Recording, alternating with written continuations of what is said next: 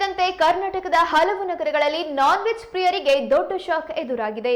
ದಿನನಿತ್ಯದ ಆಹಾರ ಪಟ್ಟಿಯಲ್ಲಿರುವ ಕೋಳಿ ಮಾಂಸದ ಬೆಲೆ ಏಕಾಏಕಿ ಗಗನಕ್ಕೇರಿದ್ದು, ವಿಶೇಷವಾಗಿ ವಿತೌಟ್ ಸ್ಕಿನ್ ಚಿಕನ್ ತಿನ್ನುವವರಿಗೆ ಇದು ತಲೆನೋವಾಗಿ ಪರಿಣಮಿಸಿದೆ.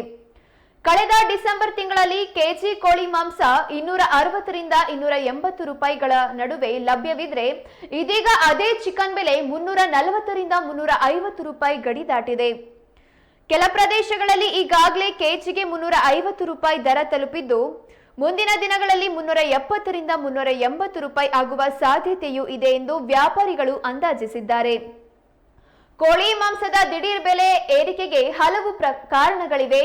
ಪ್ರಮುಖವಾಗಿ ತಮಿಳುನಾಡು, ಆಂಧ್ರ ಪ್ರದೇಶಗಳಲ್ಲಿ ಕೋಳಿ ಸಾಕಣೆದಾರರು ನಡೆಸುತ್ತಿರುವ ಪ್ರತಿಭಟನೆ ಇದಕ್ಕೆ ಕಾರಣ ಎನ್ನಲಾಗಿದೆ. ನಿರ್ವಹಣಾ ವೆಚ್ಚ ಹೆಚ್ಚಾಗಿರುವ ಹಿನ್ನೆಲೆಯಲ್ಲಿ ಕಂಪನಿಗಳು ಹೆಚ್ಚು ಹಣ ನೀಡಬೇಕು ಎಂದು ಕೋಳಿ ಸಾಕಣೆದಾರರು ಒತ್ತಾಯಿಸುತ್ತಿದ್ದಾರೆ.